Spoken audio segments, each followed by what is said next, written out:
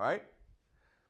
Now, what's amazing about Marx is that today we say he's wrong, right? Communism happened in the Soviet Union, it happened in China, but it happened in Europe and in the United States, where Marx said it would happen first because Germany was more industrialized than Russia or China. Okay? Does that make sense? That's what we say.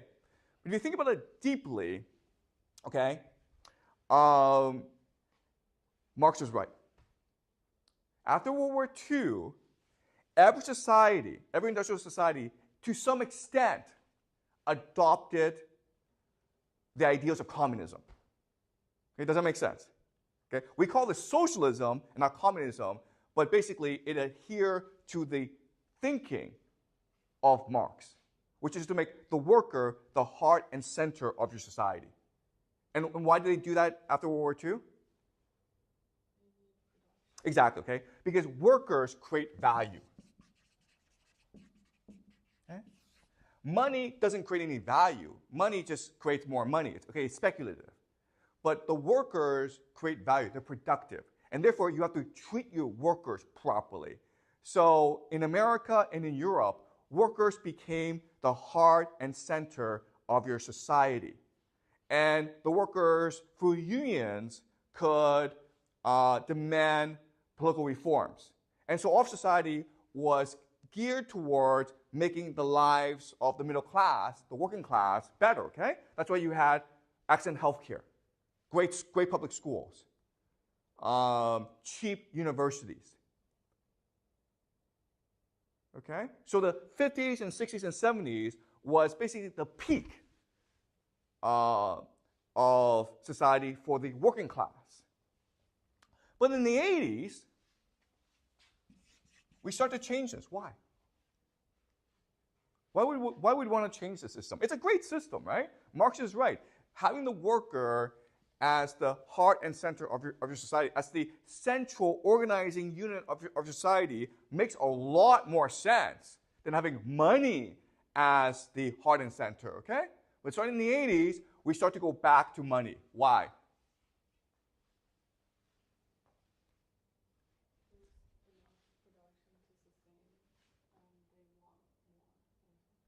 Excuse me? Like they have the production necessary for society, so they want more. Like, who wants more? Yes, exactly. Okay. So what happened in the 80s is something called the revolt of the elite.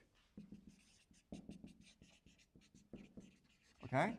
In other words, the problem with having a society based on the worker is it becomes too egalitarian, too equal, right? But if you're like the elite, you don't want equality, you want difference. You want to have power and money in your hands. Does that make sense? So the revolt of the elite happened in the 80s, and this is what we call in the United States the Reagan Revolution, okay? The Reagan Revolution. The beginning of neoliberalism, free market capitalism. And in Britain, it was called Thatcherism, okay? Margaret Thatcher, the Thatcher Revolution. And so now you need to transition away from the worker to something else, okay? Another ideology that allows the elite to amass power, okay? So just to show you how radical this revolution was. In the 1970s, okay, 1970s, if you were a CEO, the head of a company, okay, you were making on average $1 million a year. That's pretty good, right?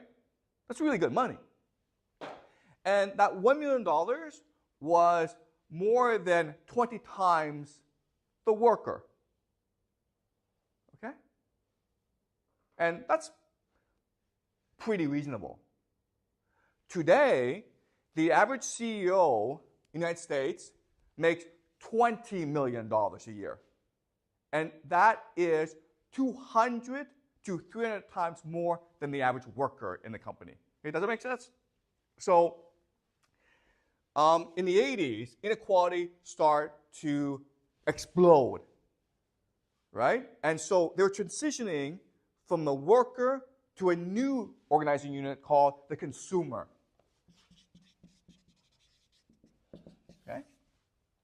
So they needed to destroy the working class, the middle class. And the way they did it was by introducing a new concept called the consumer, okay? So in the 50s, 60s, and 70s, the government promised you a good job. If you were a member of a society, if you were a citizen, I promise you a good job that you would have for the rest of your life, okay? So in the 80s, the government said, I promise you that you have low prices and a wide selection of goods. Okay, does that make sense? All right. So this sounds like a subtle shift, going from the worker to the consumer, okay? But what this meant was a revolution in society, a revolution in politics.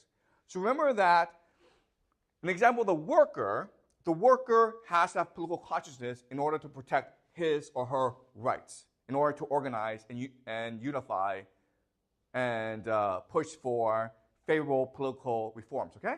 That's what the worker must do, okay? But now let's think about the mentality of the consumer. And to do this, let's do another thought experiment. And the thought experiment is this. Everyone in the school, about 500 people, I decide to give everyone $1 million US, okay? So everyone in the school has exactly $1 million US to spend.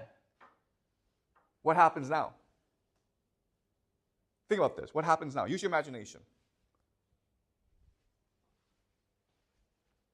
What happens? What's the first thing you do?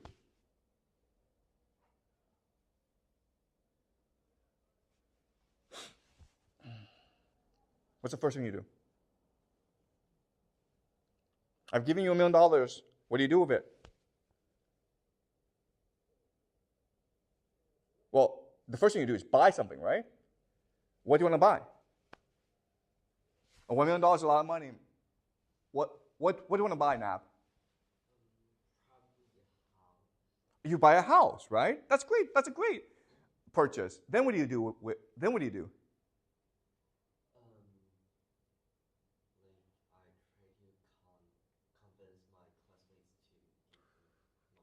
Okay, first thing is Nap buys a house. Then what does he do?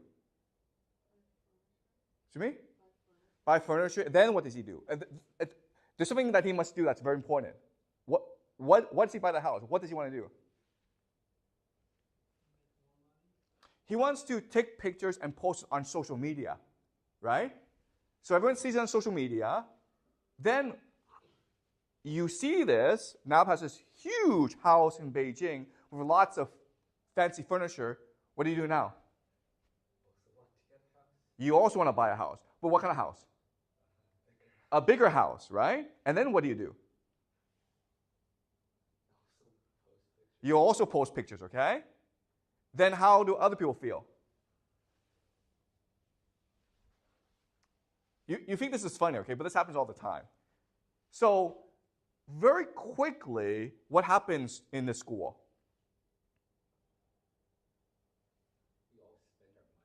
And you all spend your money, and you all go into debt, right? Because you're in competition with each other to buy the biggest thing. And $1 million is a lot of money, but it's not enough to buy everything, right? So you go into debt. You borrow more money to buy more things. And then what happens?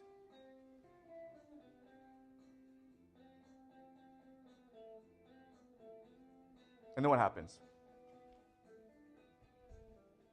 How do you guys feel about each other? Do you guys have lunch together? Do you guys have dinner together? Do you guys like to share homework together? You guys hate each other, right? At the end of the day, what will happen is you all go into debt and you all hate each other, right? So that's consumerism. This is what consumerism is. Consumerism creates a competition in society for prestige, okay? To see who can post the nicest social media pictures.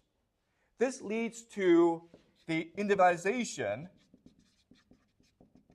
or the optimization of you, okay? In other words, you are now unable to act together. You don't want to organize. You don't want to act in solidarity, okay? And ultimately, this means that you develop economic logic, okay?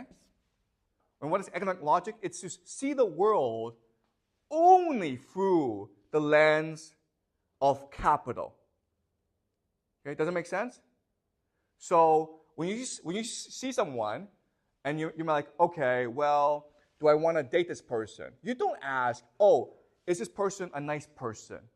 You ask yourself, how much money does this person have? Okay, do you understand? You use economic logic in order to understand the world and to reason and analyze the world, okay? Now, let me ask you this question. Today, is this how China works? Is this how the world works? The answer is yes, okay? Are you like this? Yes, you are like this, okay? You've been brainwashed into thinking that this is the only way to behave and to think. You're in school. Why are you in school? So you can get a good job. Why? To make money. And so you can buy things, okay? You understand? That's how you all think. But there are different ways to think about school, right? You're like, I'm in school to learn, to open my mind, to have an imagination, to think critically about the world, right? And that was the way we thought about school when the workers were dominant. But now that consumers are dominant, all we think about is, how do I get a good job? How do I buy a bigger house? Because I want to post it on social media. Okay? So, if you think about this, what this really is the perfection of slavery. Okay? Does it make sense? What does this phrase mean? The perfection of slavery.